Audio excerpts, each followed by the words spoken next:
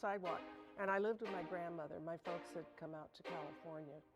And so I was with my Carol Burnett once said, "Only I can change my life. No one can do it for me." She lived by those words, rising from a childhood of poverty and neglect to become a comedy icon who changed television forever. But there's one moment she couldn't change: her past. In 1977, she confronted it in a sketch so raw, so deeply personal, that she's never watched it again. Why? What secrets does it hold? Join me as we explore the untold story of Carol Burnett's most emotional performance. In 1977, Carol Burnett stepped onto the stage of her iconic show and delivered a performance so raw it left her crew in tears. The episode aired just once, shattering viewers' hearts with its emotional weight. Critics hailed it as a masterpiece and awards poured in. Yet Carol, the woman who made millions laugh, never watched it again. Not once in nearly half a century. She said it cut too deep, mirroring truths she'd buried long ago. What could make America's queen of comedy turn away from her own brilliance? To unravel this mystery, we must travel back to her beginnings, to a little girl in Texas who found laughter in a world of pain. On April 26, 1933, Carol Burnett was born in San Antonio, Texas, into a home shadowed by struggle. Her parents, trapped in the grip of alcoholism, couldn't offer the love or stability she craved. By the time she was a toddler, Carol knew what it felt like to be overlooked, her parents choosing bottles over bedtime stories. When their marriage crumbled, her maternal grandmother, Mabel White, became her anchor. In 1940, they left Texas for Hollywood, chasing a flicker of hope. But the city of dreams offered no red carpet, just a cramped room in a rundown boarding house, surrounded by tenants wrestling with their own demons. Could a child find joy in such a place? Surrounded by the chaos of that boarding house, Carol crafted her own escape. At just 7 years old, she invented an imaginary twin sister named Karen, complete with Shirley Temple-like dimples. She'd swap outfits, dart up the fire escape, and reappear as Karen, charming the weary boarders. They believed in her creation, a testament to her budding talent and their hunger for something bright.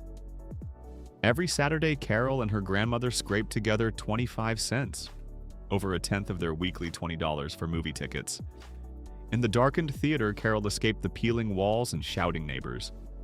The silver screen offered glamour, order, and a world where dreams came true. But what did those dreams cost a girl with nothing? Life in the boarding house was a study in survival. Carol and her grandmother couldn't afford basics like toilet paper, so they'd slip rolls from the theater bathroom, not out of shame, but necessity. At 7, Carol understood hunger. Not just for food, but for a life beyond the struggle.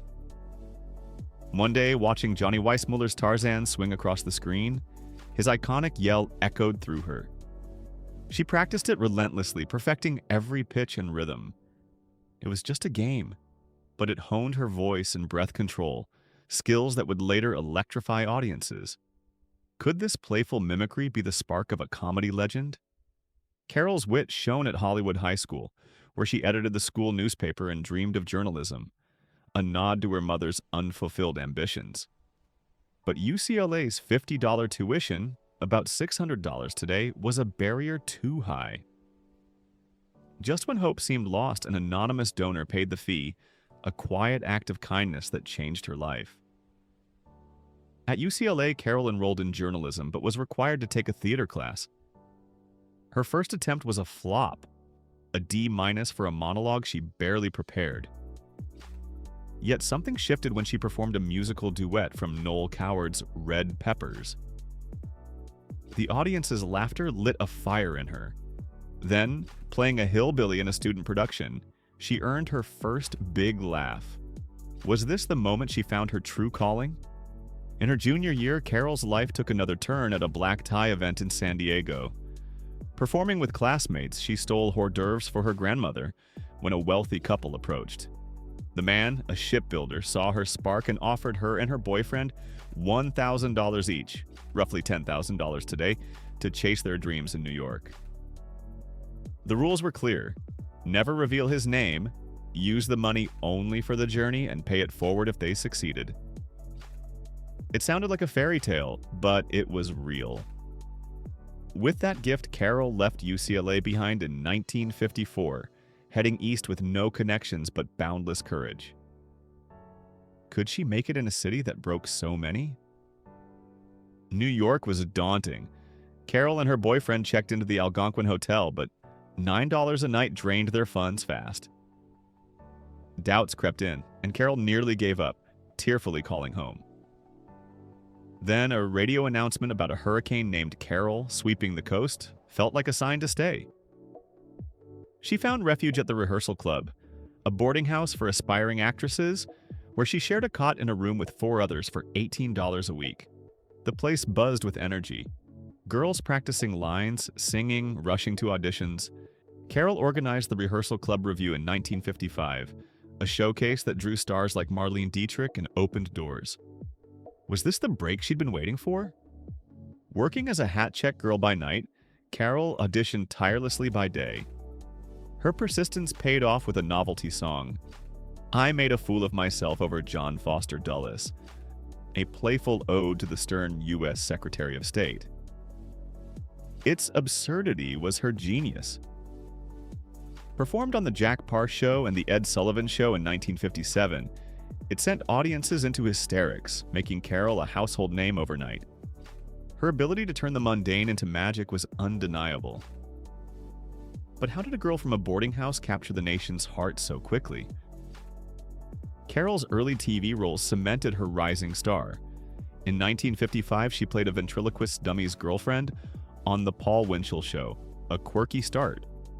Then came a starring role opposite Buddy Hackett in the sitcom Stanley, which lasted only a year but showcased her comedic flair. Each step built her reputation as a force in comedy, a woman who could make anyone laugh. Yet beneath the humor lay a depth of emotion, drawn from a childhood of struggle. Years later, in 1977, she'd pour that depth into a sketch so personal, it moved her crew to tears. A moment so powerful she couldn't bear to relive it. What lay ahead for this rising star? By 1959, Carol Burnett's world was about to transform. After years of scraping by in New York, juggling auditions and odd jobs, she landed the role that would define her early career: Princess Winifred in Once Upon a Mattress. This wasn't your typical fairy tale princess. Winifred was loud, clumsy, and straight from the marsh, a character that let Burnett's comedic genius shine. Directed by Broadway legend George Abbott, the musical started as a small, off-Broadway project, but exploded into a hit, running for 470 performances across multiple theaters. Burnett's performance earned her a Tony nomination for Best Leading Actress in 1959, a remarkable feat for a newcomer.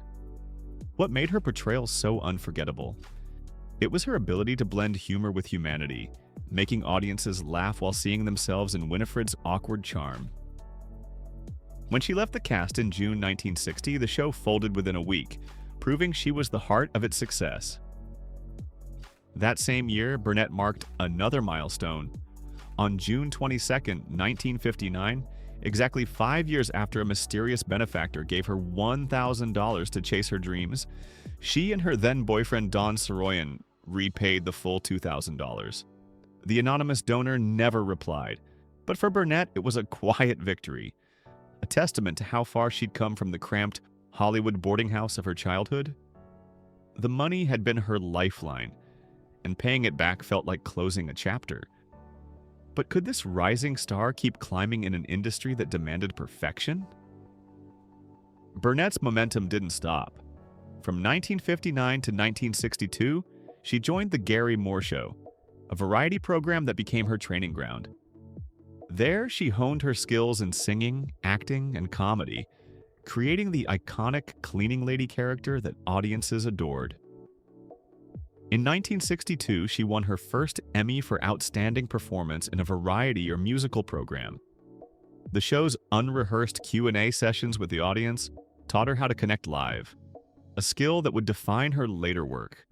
Alongside stars like Don Knotts and Jonathan Winters, Burnett learned the art of timing and risk, Setting the stage for her own show, how did a girl who once stole toilet paper from theaters become a television powerhouse? In 1962, another magical moment unfolded at Carnegie Hall. Despite CBS's doubts about pairing her with Julie Andrews, whom they deemed not famous enough, Burnett pushed for a special that became a triumph. Julie and Carol at Carnegie Hall won 3 major awards, including an Emmy and a Rose d'Or, and its soundtrack hit number 85 on the charts. The performance showcased Burnett's versatility, blending comedy with musical prowess, and cemented her as a force in entertainment. It was a glimpse of the greatness to come, but nothing could prepare the world for her next leap. On September 11, 1967, The Carol Burnett Show premiered, rewriting the rules of television. For 11 seasons until March 29, 1978, it drew 30 million viewers weekly, a feat few shows have matched. Time magazine named it one of the 100 best TV shows ever, and TV Guide ranked it 17th. What made it revolutionary? It was one of the first variety shows to feature live comedy sketches in front of a studio audience, a format that inspired Saturday Night Live. As one of the first women to lead such a show, Burnett shattered glass ceilings in a male-dominated industry, opening doors for future comedians. Her warmth, wit, and willingness to take risks made every episode an event. Could any show sustain that kind of magic for over a decade? The accolades poured in. The show won 25 Primetime Emmys with awards for writing, choreography, and Best Variety Series. Harvey Korman and Tim Conway, key cast members, each earned multiple Emmys for their performances. Korman, a comedic genius, brought depth to every sketch, but his time on the show wasn't without drama. In the 7th season, he nearly quit, frustrated and short-tempered. After a heated exchange where he slammed a door in Burnett's face, she fired him. But over the weekend, Korman reconsidered, begging to return. Burnett agreed with one playful condition. He had to skip and whistle down the CBS hallway on Monday. He did, and she immortalized the moment with a Mr. Happy-Go-Lucky plaque for his door. This camaraderie defined the show's spirit, turning conflicts into laughter. Tim Conway, the show's wild card, thrived on chaos. He famously saved his best material for live tapings, catching the cast off guard. In one iconic family sketch, his rambling elephant story left Burnett, Vicki Lawrence, and Dick Van Dyke struggling to keep straight faces. When Lawrence fired back with a sharp, unscripted line, the set erupted in laughter, showcasing the raw, unpredictable energy that made the show legendary. These moments weren't just funny, they were electric, capturing the cast's chemistry and Burnett's ability to lead with grace. Yet, amidst the hilarity, there were moments of profound depth. In 1977, a sketch from the family series titled Eunice Higgins on the Gong Show aired on February 12th. Burnett played Eunice, a woman brimming with hope, auditioning for the talent show The Gong Show. She poured her heart into her performance only to be mocked and gonged by judges, including one played by Alan Ludden. The camera lingered on Eunice's tear-streaked face as the lights dimmed, with no laughter or music, just silence. Why did this moment hit so hard? For Burnett, it echoed her own childhood dreams and rejections, too raw to revisit. She never watched the episode again, later saying in a 2010 interview, "It was too real. We were there to make people forget their troubles, not remind them." The sketch's impact lingered. Critics praised its daring shift from comedy to drama, and it inspired a 1982 TV movie, Eunice, and the sitcom Mama's Family in 1983. But for Burnett, it was a painful mirror of her past. A reminder of the little girl who dreamed big despite poverty and neglect. Her ability to channel that pain into art made her a legend, but it came at a cost. What challenges awaited her as her show continued to soar? As the Carol Burnett Show soared to historic heights, Carol's personal life was a whirlwind of love, loss, and quiet courage. Her first marriage to Don Soroyan, a fellow dreamer she met at UCLA in 1952, began with shared ambitions but faltered under the strain of his struggles with depression and alcoholism, worsened by the loss of his daughter from a previous relationship. Their separation on Christmas Day, 1959, was a heart-wrenching end to a chapter of hope, finalized by divorce in 1962. Don's dreams of Broadway never materialized, and he passed away in 1990 at 62, leaving Carol to carry forward alone. How does someone rebuild after such a bittersweet farewell? Love found Carol again in 1963 when she married Joe Hamilton, a television producer who had shaped her Carnegie Hall special. Together, they raised a bustling family of 11 children. Joe's 8 from a prior marriage and their 3 daughters, Carrie, Jody, and Jody. Joe's work on The Carol Burnett Show earned him 5 Emmys, but their home life wasn't without cracks. In 1976, a false tabloid story claimed Carol was drunk in public near Henry Kissinger, a painful accusation for someone who had long spoken out against alcoholism, rooted in her own childhood experiences. She fought back, suing the National Enquirer for $1.6 million in a 5-year legal battle that exposed the tabloid's recklessness. Though the settlement was reduced to $200,000, her victory reshaped tabloid journalism, proving her resolve to protect her name. Could one woman's stand change an industry? The deepest wound came from her daughter Carrie's struggle with addiction. At just 13, Carrie turned to cocaine, marijuana, and other substances, seeking to escape the shadow of her mother's fame. From 1976 to 1979, Carol watched helplessly as Carrie slipped further away, running from rehab and cutting ties. Carol made the agonizing choice to let Carrie hate her, believing tough love was the only path to recovery. By 17, Carrie found sobriety, and their bond grew stronger than ever, leading to collaborations like the play Hollywood Arms, inspired by Carol's life. But tragedy struck in 2002 when Carrie, only 38, passed away from pneumonia caused by lung cancer that had spread to her brain. Carol was shattered but honored Carrie by completing Hollywood Arms, saying, "I owed it to her." How does a mother find the strength to carry on after such a loss? By 1984, Carol's marriage to Joe had unraveled under the weight of Carrie's addiction and their demanding careers. They sent their younger daughters to Hawaii to shield them from the turmoil, and Joe passed away from cancer in 1991. Yet Carol's heart remained open. In 2001, she married Brian Miller, a drummer 23 years her junior, who became her rock during the darkest times, including Carrie's death just months after their wedding. In 2020, when Carol's youngest daughter, Jody, battled addiction and could no longer care for her son, Dylan, Carol and Brian stepped in, securing temporary custody. This act of love, though heartbreaking, echoed Carol's lifelong commitment to family.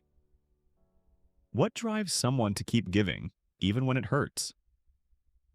Carol's career, meanwhile, showed no signs of slowing. In 1997, she guest starred on Mad About You, playing Teresa with a warmth and wit that earned her an Emmy for Outstanding Guest Actress and 2 American Comedy Awards.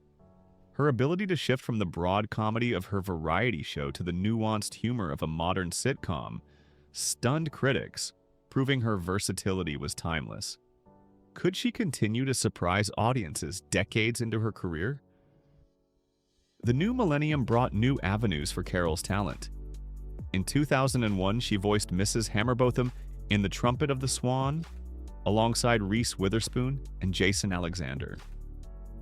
In 2008, her role in Horton Hears a Who contributed to the film's $298 million global box office, introducing her to a new generation. Her voice, rich with warmth and charm, carried the same magic that had defined her live performances. In 1999, Carol returned to Broadway in Stephen Sondheim's Putting It Together, delivering a performance that critics hailed as masterful, despite mixed reviews for the show itself. Her command of Sondheim's complex music was a reminder of her enduring stage presence.